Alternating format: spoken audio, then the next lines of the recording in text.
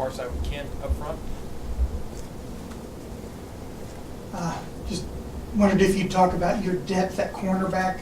Like you said the other day, past Minka and past Marlon, of course. What do you see? Well, Anthony Averett has really played really well and is a really good third corner and would be a solid guy to play, you know, if we need him to in nickel. I think after that, you know, we've got the young players that we have to develop. And, you know, Kendall Sheffield was certainly a guy that was in that mix. But it is what it is, and we're going to work hard to do the best we can with the players that we have and try to develop those players. But, you know, Tony Brown, suspension pending, is also, you know, a very capable guy, but he won't be there for several games. So, you know, we'll just do the best we can with the players that we have. We recruited some freshmen, 3 freshmen, and we're working hard with them right now. In the middle with Alex. I want to ask about some of the shifting. We've seen Trayvon Diggs working the secondary recently, and I guess Keaton Anderson also moved over from linebacker. Can you just talk about the decision to make some of those moves? Well, we're just basically trying, guys.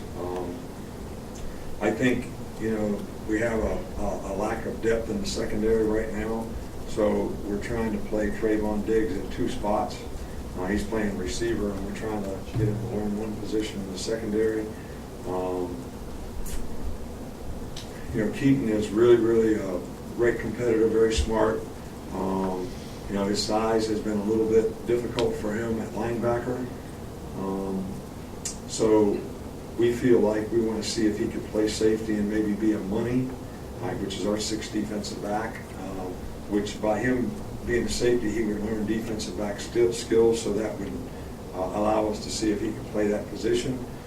So we're trying it. It's an experiment, and it's an experiment based on, you know, a need at the position and something that might be beneficial to him in the future.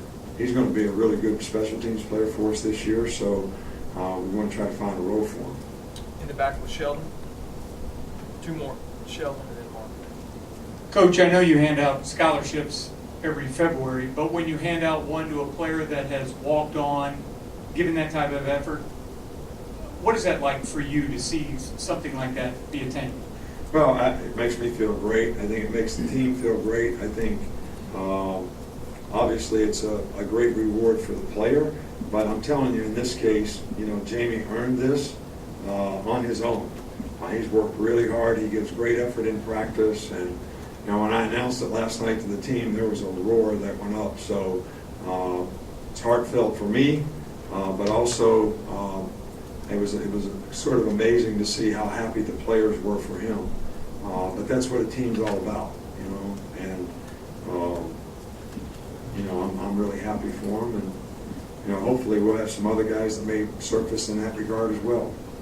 Coach, last one here with Mark. Yeah, I know you said you can't comment on Sheffield's status or whatever, but is there a cutoff date where he needs to be back with the team or anything like that? No, we look. We want what's best for the people on our team, right? And if you know there's something that we can do to help resolve this from their family standpoint, we're certainly available to do that. And if there's no pressure from our standpoint, school starts tomorrow.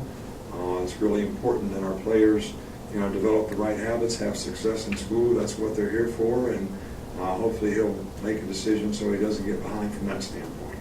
Thanks, Coach. Right, thank you.